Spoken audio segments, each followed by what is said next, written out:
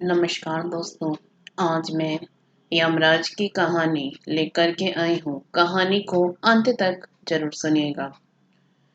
एक नगर में एक साहूकार अपनी पत्नी के साथ रहता था, लेकिन वह निसंतान थे। वह दोनों भगवान शंकर की पूजा किया करते थे। एक दिन पार्वती जी कहने लगी कि यह आपकी इतनी पूजा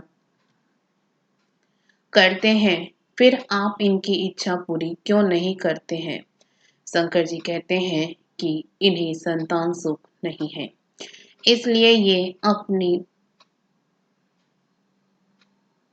ये इतनी पूजा करते हैं। पार्वती जी बोली कि आप इन्हें पुत्र क्यों नहीं दे रहे हैं? शंकर जी ने कहा कि इनके भाग्य में पुत्र का सुख नहीं है, लेकिन पार्वती जी नहीं मानी और वह जिद करने लगी। शंकर भगवान बोले कि ठीक है, इन्हें पुत्र की प्राप्ति हो जाएगी, लेकिन वह केवल 12 वर्ष तक ही जीवित रहेगा। साहूकार शंकर पार्वती जी की बात सुन रहा था। कुछ समय बाद साहूकारनी ने पुत्र को जन्म दिया, लेकिन साहूकार को कोई खुशी नहीं हुई। पूरे परिवार में इतना जश्न मनाया गया।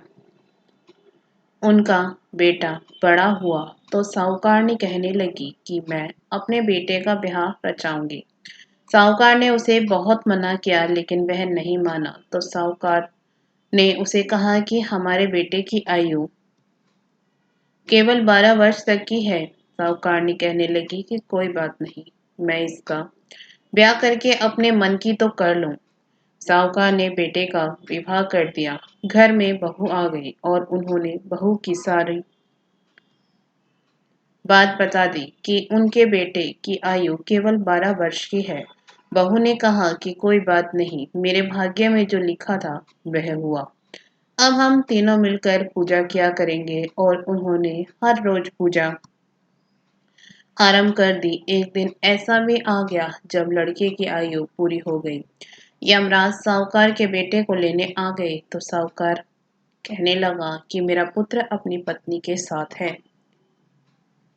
यमराज उसकी पत्नी के पास गए तो वह बोली, अभी तो मेरे पति ने जीवन का कोई सुख नहीं देखा और आप उसे लेने आ गए। यमराज बोले, इसकी इतनी ही आयु थी जो यह भोग चुका। पत्नी ने कहा कि हे भगवान, कोई ऐसा उपाय नहीं है जिससे मेरे पति की आयु बढ़ जाए। यमराज बोले कि यह क्या होता है? लेकिन भगवान बोले कि यमराज का काला कंबल, लोहे का तसला, 5.25 रुपए उठाकर रख दे। 1 वर्ष पूरा होने पर ये किसी को दे देना। तुम्हारे पति की आयु लंबी हो जाएगी। जैसा भगवान ने बताया, बहू ने ऐसा ही किया और उसके पति की आयु लंबी हो गई। यमराज जी की जय। आपको कहानी पसंद आए तो वीडियो को लाइक जरूर करिएगा। इसी तरह की कथा कहानियों के लिए हमारे चैनल को सब्सक्राइब भी जरूर करिएगा। धन्यवाद।